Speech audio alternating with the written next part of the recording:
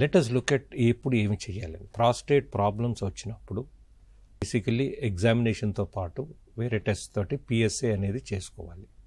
PSA abnormal ఉన్నప్పుడు first మేము multi parametric MRI అని చేస్తాం. దట్ ఈజ్ చిన్న గాడలైన మన చిన్న ఇంజెక్షన్ ఉంటుంది, అది ఇచ్చి దాంతో ఎంఆర్ఐ చేస్తాం ప్రాస్టేట్కి.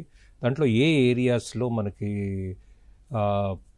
క్యాన్సర్ ఉండే అవకాశం ఉంది, ఏ పార్ట్లో ఎంత క్యాన్సర్ ఉండొచ్చు, చుట్టుపక్కల ఏమన్నా నర్వ్స్ కానీ బయటకు కానీ వచ్చిందా ఏంటి అనేది MRI will give us an idea.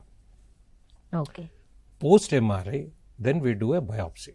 బయాప్సీలు ఈ మధ్యలో 2 రకాలు. ఒకటి మలద్వారం ద్వారా ట్రాన్స్రెక్టల్ అంటాం, స్కాన్ చేసుకుంటూ we can do a biopsy. రెండోది the newer modalities transperineal biopsy, అంటే మలద్వారం ద్వారా కాకుండా కానీ యూరిన్ ప్యాసేజీ మలద్వారం మధ్యలోంచి we can do the biopsy small needles తోటి. ఈ బయాప్సీలన్నీ నీడిల్స్ తోటి చేస్తాము, మనమేం కట్ చేసి కుట్టాల్సిన అవసరం లేదు.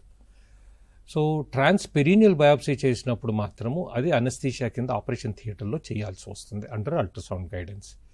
So these are the ways to identify the cancer. There is something called fusion biopsy, but fusion biopsy is extremely costly, not fully available today easily. Once biopsy నిర్ధారణ అయిన తర్వాత we would do something called a PSMA PET scan. ఎందుకు PET scan చేస్తాము అంటే అది అంతవరకే సీమితంగా ఉందా లేకపోతే స్ప్రెడ్ ఏమన్నా అయిందా. ప్రతి ఒక్కరికి పెట్ అవసరమా అంటే అర్లీ స్టేజ్ క్యాన్సర్స్కి పెట్ ప్రతి ఒక్కరికి అవసరం లేదు, అంటే అన్లెస్ మనకి ఏదైనా అనుమానం ఉండి ఏదైనా ఉందా అని చూసేంత వరకు. లేటర్ స్టేజ్ క్యాన్సర్స్కి ఎస్ పెట్ ఈజ్ నీడెడ్, ఎందుకంటే ఎంతవరకు స్ప్రెడ్ అయింది.